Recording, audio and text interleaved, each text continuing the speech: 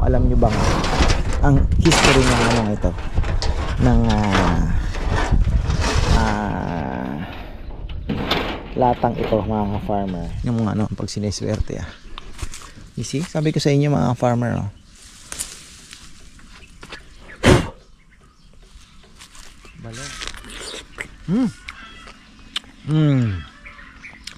throwback.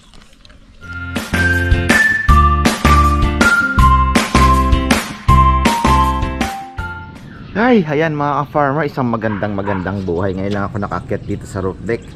Ayun pala, palang view natin dito. Okay. Ayun pala natin, di ko makita. Ayun. So, ayan. Ito naman tayo. Pwede pala ditong mag-abang ng kalapati Yan. Di ba? Kailangan natin matanggal yung part na yan. Ano yun hindi siya kangkong, maganda kangkong lang. Kasi kangkong, nakakailalim yung isda, nakakain sila. Pero ito, masukal yan.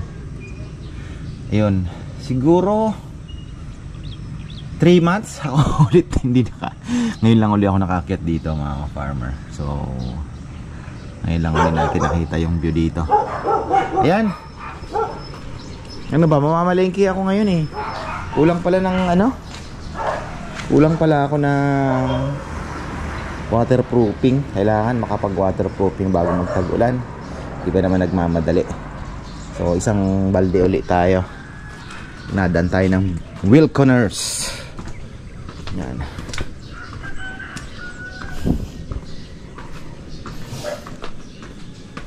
Dumating na pala yung aking outlet na in-order para maayos na yung ilaw dito sa ating basketball court. Hindi po kasi magamit ngayon dahil walang switch. Yan. Ano bang sisigang daw si Papa Yam ng ulo ng talakitok. Tapos nag-unboxing pala siya ng bike. Hindi ako makapaniwala, meron palang 3,700 na road bike. Bah, may kalapating lumilipad. Saan yun? Ano na yun? Wala aminag ko yan. Yung ating pigeon loft ay malapit na mga ka-farmer. Baka last day na ngayon. Pero yung gilid di ko lang po alam kung ano. Pero yung loob baka makuha na ngayong araw. Dahil papapunas na lang tayo. Tapos yung konting ibabarnis. Ayan, sarado. May ilaw sa loob. Kahapon iniwan ko lang. Sana makapaglagay ako ng batawag dito, yung wifi dito, tas magkakaroon ng kahit isang camera lang na ma-check mo yung ibon ba, tao ano kaya yun, dire-diretso tingnan natin. Nanay ni Rambo. Ayan.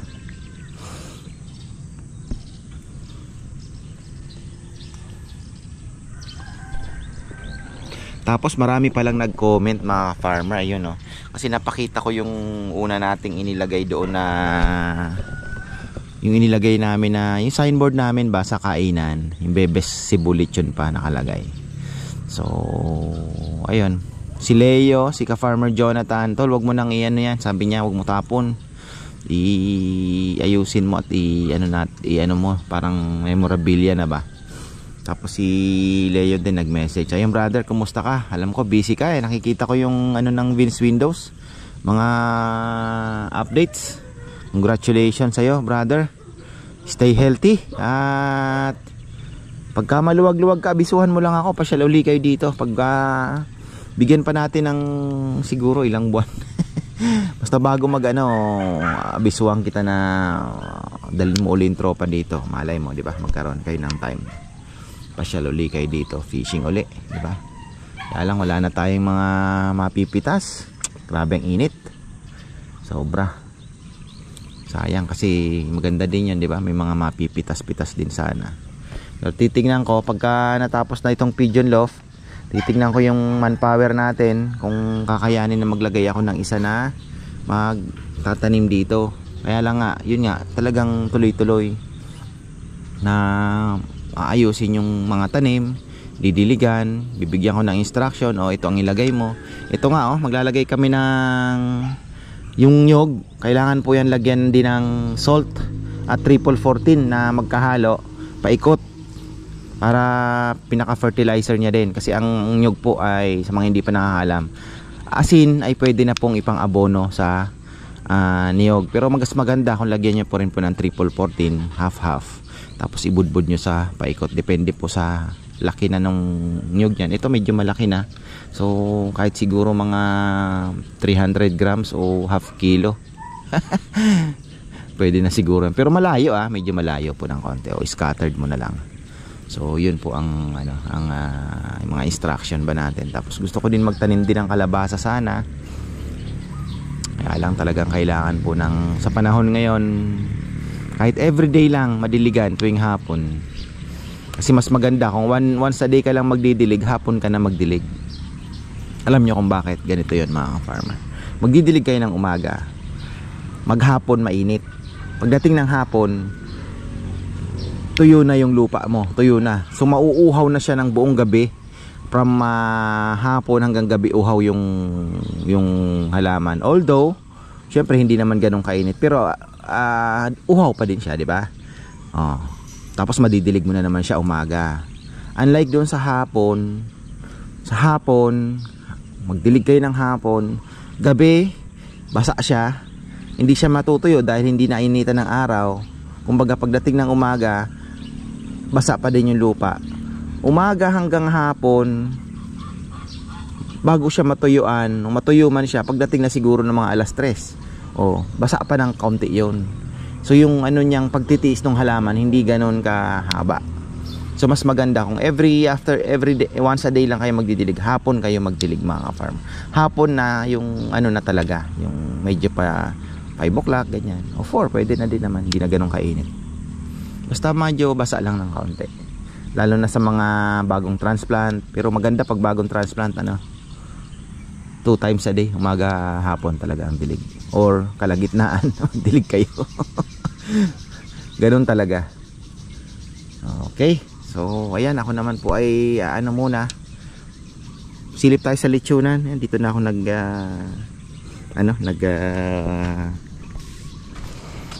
opening dahil magigising ko din lang. Masarap pagtambay dito ng umaga. Ayan, di nga ako nakapag-kape dahil hindi ako masyado nagkakape ngayon. Although medyo nakakasundot-sundot na, mga ka-farmer, gawa ng barley. Parang nawawala na yung acidity, yung acid ko. Medyo acid reflux ba, medyo na, hindi kagaya na ng dati na pagka uminom ako ng kape, ayan na kaagad. So medyo nakakasundot-sundot. Pero hindi pa ako nagtitimpla, nagsisip lang ako kay Bebe. Pagka nagkakape siya, sip-sip lang ng konti. Ayan, may isa pala tayong lechon, alas 3 ng hapon, 30 kilos. Ayan, maraming salamat sa mga feedback ng lechon ngayon. Thank you. Sana yung kinaka Kuya Fernan, Ate Mel na sa Bamban ay okay rin, at yung kay Tita Asuncion dinala ng Ilocos, yun ang hinihintay kong feedback. Gusto kong malaman kung okay ba, kasi umalis po sila dito alas 12 na luto yung lechon. Tapos nakaalis sila dito mga 12, magwawan na dahil napakwento kami. So ayun, tapos si nakaka-Farmer Rex din, ayan, sakto naman dumating sila sa niyaya ko na din pong kumain. Ayan, maraming salamat sa iyo, brotherhood.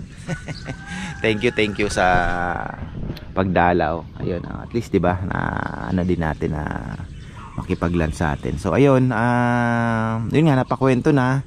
Tapos nagustuhan din nila yung mangga, yun, nagpasungkit tayo, buti na lang meron na. Galing talaga nito. Ang galing ng mangga na yan, mga farmer. So nauuna siya, ako na mauna. Kasi may kasunod pa yan. Yan ang malupit dyan Maglalabas pa yan ng bulaklak, mga farmer. Habang kinukuhanan mo, lalong naglalabas. So ito, late. Tapos susunod, yung mga doon ay hindi pa po ganong naglalabas pa. So maganda ang ano ng mangga natin ngayon. Parang nag-uusap-usap sila, hindi sila nagsabay-sabay. So ayun, balikan natin ang lechon. Ilocos mga ka-farmer, Magsinggan. Medyo malayo po yun, Magsinggan. Lagpas pa daw ng vegan. So gusto ko malaman kung okay ba't nakarating ba talaga ng maayos yung lechon, para at least nasusukat natin hanggang saan pwedeng dalhin mga farmer. Ako naman ay na-istorbo na naman ng kalapate ng layo. Magaling pauwi mga farmer. Ayun, palabas na sa bundok. Ay, hindi na nakita puti. Kulay puti. So ayun, Magsinggan. Wala pa pong feedback si tita. At siguro kagagaling din lang sa bagay ibang oras doon, ano. So ayun, tingnan natin kung nakarating. Kasi talagang kumbaga na yun ultimate challenge na yun layo na pa. Farmer, sobrang layo na nung sabi ko nga, tita, makarating kaya ng Pero ginagaranti ko naman masarap yung lechon. Kaya lang yung balat, syempre may time frame lang yan Pero nakarating ng Laguna, okay naman. May nakarating na pala ng Ilocos. So tingnan natin kung depende lang talaga sa baboy mga ka-farmer. Kaya ako nahihirapan din at nai-stress din maghanap talaga ng baboy na alam ko naman, kasi syempre, di ba, yung baboy na talaga ito maganda ito. So pagka talagang ita-travel, kailangan medyo mataba talaga yung baboy. Mataba at native mga farmer. So hindi naman ganun kataba, basta bilog, di ba? Bilog. So ayun, hintayin natin yung feedback. Si Farmer Froilan dito, Saturday nag-feedback na rin. Sabi niya, tol, feedback ubos agad. Ayun, thank you. Tingnan na lang natin. Tapos yung bike hagipin natin mamaya sa vlog, mamamalengke lang pala ako. Palengke vlog natin. Tapos diretso na natin dito sa baba. Tapos ayan, sa taas tayo mga farmer, tingnan natin yung ating mga alaga. Ang baboy na naandun ay tatatlo. As bukas may order uli tayo. Tingnan natin. Ayan, akyat muna tayo dito mga farmer. Biglang malimlim. Ayan bagong uling. Ano daw to? Malunggay, papaya. Ano daw uling to? Parang parang na naman to maganda-ganda naman. Kinuha na natin kasi kailangan daw. So sige, kahit marami pa. Ayan, binata na naman kasya. So ayan ang baboy nating natira dyan, tatlo. Yung isang malaki para bukas, dalawang 25 kilos. Paano kaya tayo makakaraos nyan? So Farmer Anthony ay lapit-lapit na siguro siya. Baka pa-deliver na tayo. Ayun hayang may akasyan tumubo sa labas Yan tumubo lang yan, pero bibiyakin ng yan, kailangan putulin yan. Pagka puputulin natin yan. Okay. So kasi eto, gustong magpalagay ni Bebeng babawas din pala babawas din tayo. Ewan ko anong plano ni Bebe, siya na ang bahala. Tapos ito marami ang comment. Ikukwento ko lang kung alam nyo bang ang history ng ito ng latang ito mga farmer. Putol na pala ayusin natin yan dito, yan putol na putas. Alam nyo bang galing pa ito ng France? Ito po ay dala ni Ate Timmy. Napulot ata nila o binili sa mga salubong nila ito sa amin. Ngayon, ang naglettering nito si Papa Yampa way back 2017 mga farmer. 7 years na rin pala ito So shout out pala kay Leo Chavez. Ayan, nag-message din siya. Tol, wag mong itapon yan. Ano na yan, kumbaga memories. Tapos si Ka-Farmer Jonathan de Belen at si Kuya Dan nag-message na rin. Sabi niya wag daw itong at gamitin Sabi naman ni Ka-Farmer Jonathan, as is na yan. Wag mo nang baguhan yan na yun. Parang na din So nga sabi ko, pwede siyang ilagay dito sa nating tambayan. Dito sa view deck.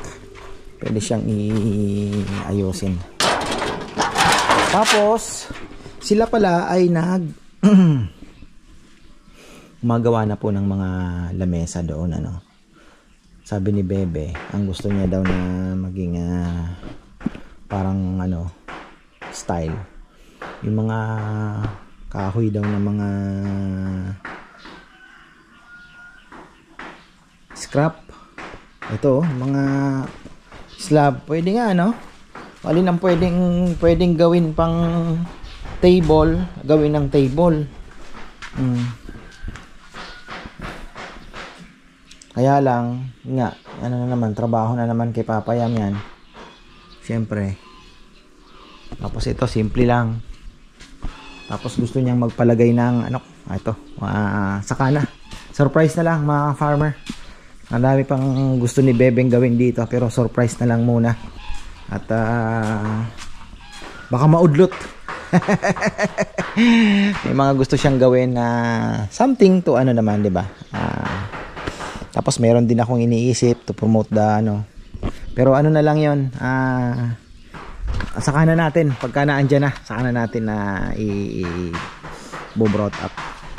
Basta yan, yung diyan gusto ni Bebe magpagawa ng view deck nga naman, para at least open lang, tapos akyat ng kaunti, then diba, photo bomber, ang laking bundok yun nga yung CR dito mga ka-farmer, ang pa natin pag anuhan din ng panahon pa. Tapos lababo, yun yung mga, syempre may experience na rin po tayo ng konti sa pagkakantin. Marami, syempre sa umpisa, yung mga hindi pa po nakaranas ng mag-canteen business, ay marami kang iisipin na ay dapat maglagay din tayo ng ganito, maglagay ng ganyan, magluto tayo ng ganyan. Hindi po ganoon kadali, dahan-dahan lang talaga dapat. Umpisa muna tayo sa simple, kasi ang inaano mo dyan yung manpower, yung lulutuin mo ba, makukonsume ba, baka mamaya isa lang ang bibili, something like that, di ba? Yung kaya kailangan talaga unti-unti lang. Tapos yung resources mo ba, kaya mo bang magluto ng ganyang karami, di ba? So baka mamaya matalo naman ang lechon, di ba? Lechon ang pinunta natin dito, ang natin so dapat yun ang pinakabida.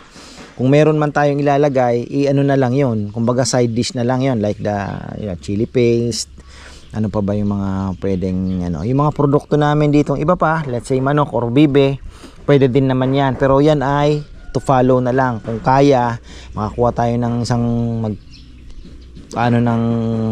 magluluto ng kalderetang bibe, let's say, di ba, pwede din yun. Pero syempre ang lechon ay lechon na andyan, yan yun lang magiging bala ko nga, pwede naman sobrahan yung luto, tapos kinabukasan paksiw, pang take out. Masarap po ang lechon paksiw namin, kasi pag maganda ang baboy, pag linit yung paksiw mo, sasabihin masarap nga. Yan po ang best seller namin. At may natutunan pa akong style kay Auntie Flower. Ayan, shoutout po pala kay Auntie Flower, yan, kay Ate Maria Dayaw. Yung pagluluto para hindi madurog, kasi ako talagang minimekos-mekos ko. Dapat pala gisahin mo na lang muna yung and then ihulog mo na lang yung lechon, kasi luto na nga naman, absorb niya pa rin naman yung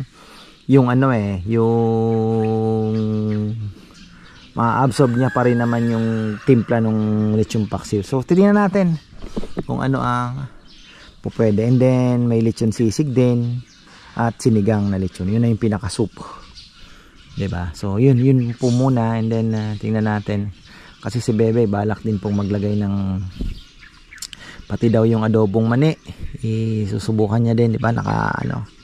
Bebenta din, kasi karamihan naman yan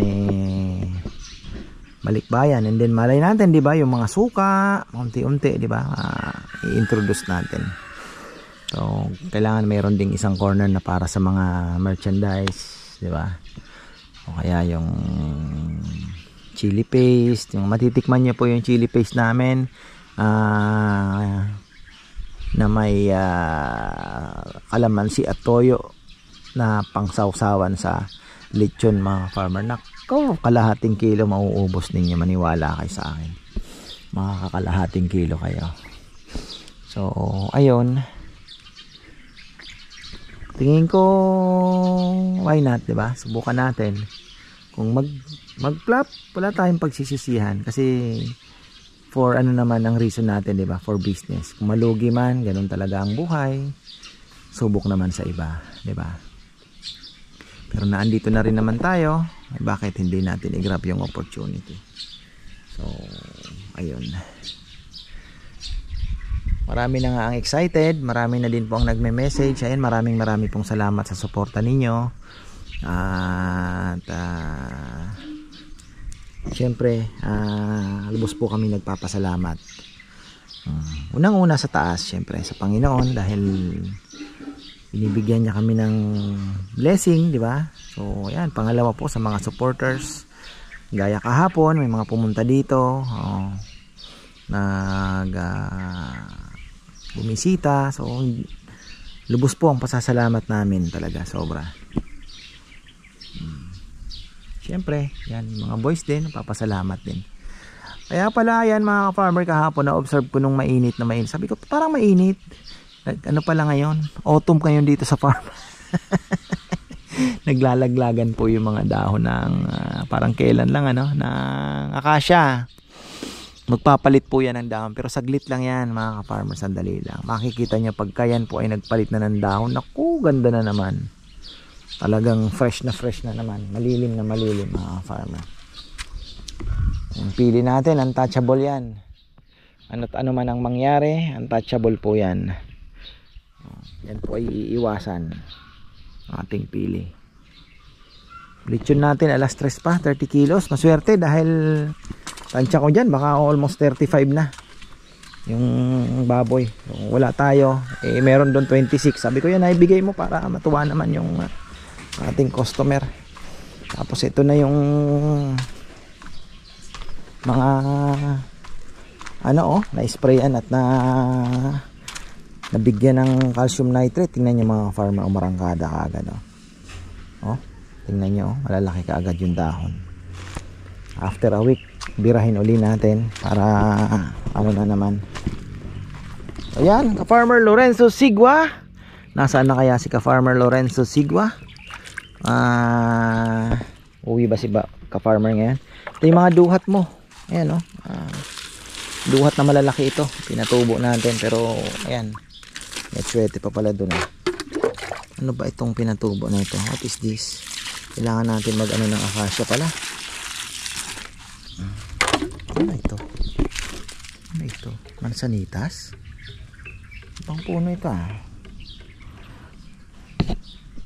si Rambo, tanong ko nga. Ba ito Uy! Yan mo nga pag sineswerte You see? Sabi ko sa inyo mga farmer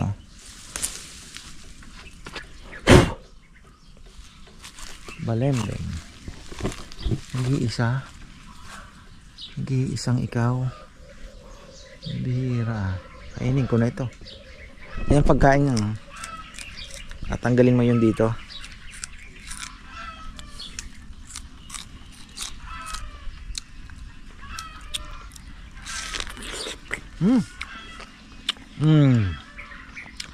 Throwback.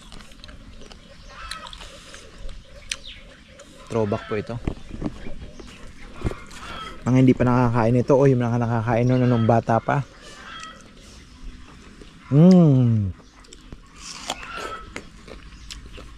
Pagpikit ninyo, throwback talaga ang lasa ng balimbing mga farmer. Bumabalik ka sa pagkabata. Good wala pala dito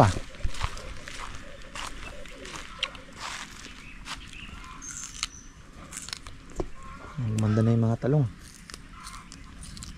1 month pa. May talong tayong malalaki, mga haba. Basal. Napakaraming juice. Hindi isa lang yun ha. Nga naman. Taas ang minerals.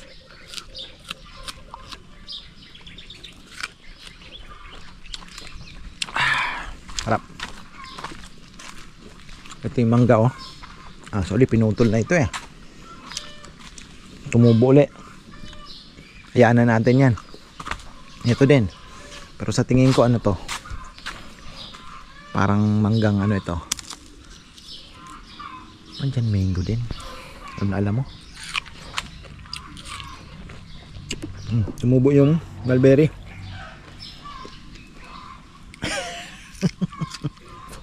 Disgrasya. Huwag ko na ibili no. Akala ko alam na ni Nick. Kasi ano naman eh, kumbaga tinira eh.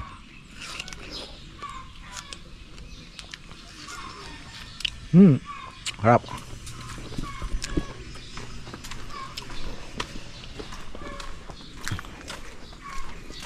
Ko alam kung anong susunod niya, yung kubo dito. Bahala na si Bebe sa design. At dalawa lang muna siguro. Baka masobrahan naman yung tatlo. Masyadong marami.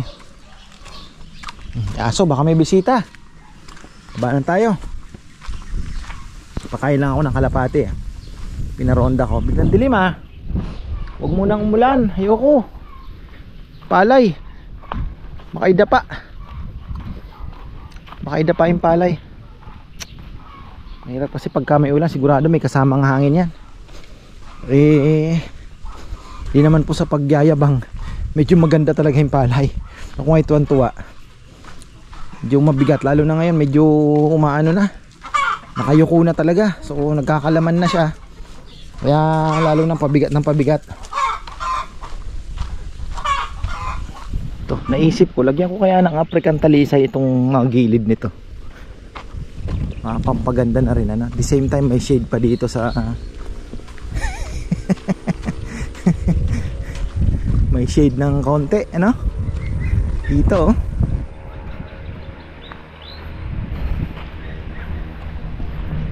Anong kay Bebe, dati kasi ito mangga, napakaganda dito maglakad ng hapon. Talagang may mga mangga po dyan. Kaya lang nga, tapos ito may ang laking akasya hanggang naka ano, malilim po dito. Tapos pagkatapos ng akasya may mangga na naman dyan, malilim. Ayun, parang ganito. Ganyan, no?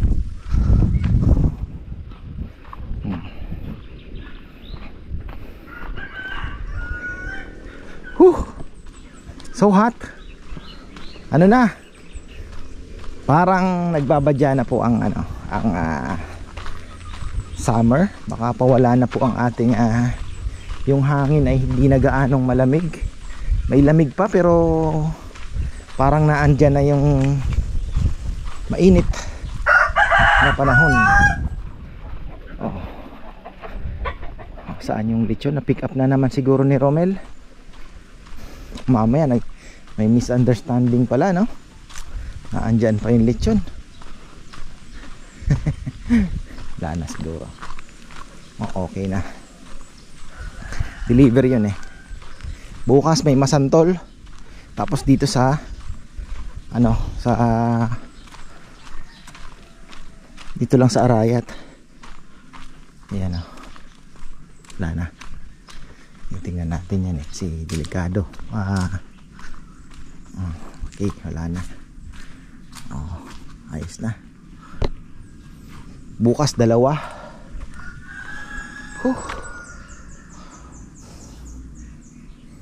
Dito gusto kong ilagay yung lamesa.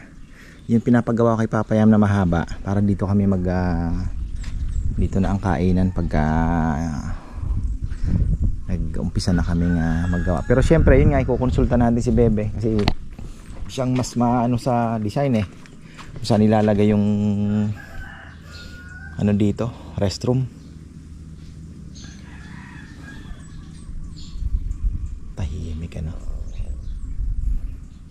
Dito lang tayo, nag-ending kasi ako. Sabi ko dito na ako mag-ending.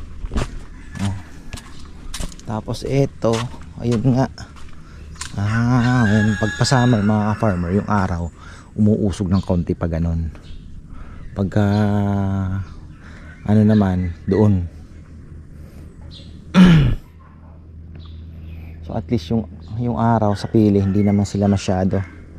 Kawawa din kasi ano, ayaw niya ng sobrang init. Gusto niya yung ano, parang ano, rainforest ang design ng klima. Kaya pero pag malaki na, makakasurvive na yan. Malaki na rin naman po sila. Actually nasa 6 feet na siguro yan.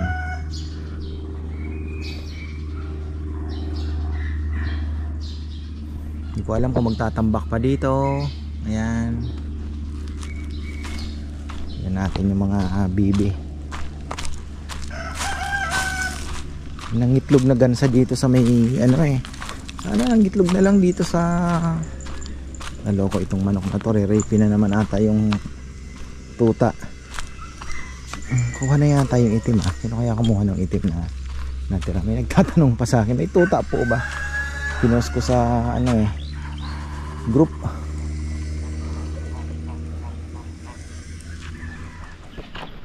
Tapos kumustahin natin to mga choy-choy na ito. Looking good. Looking good. Okay.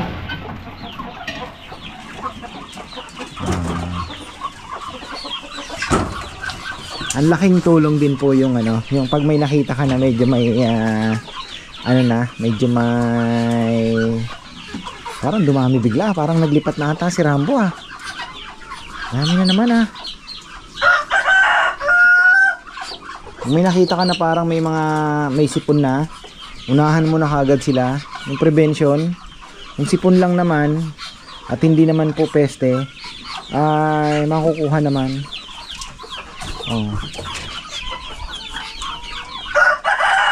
Ano makapaglipat na no?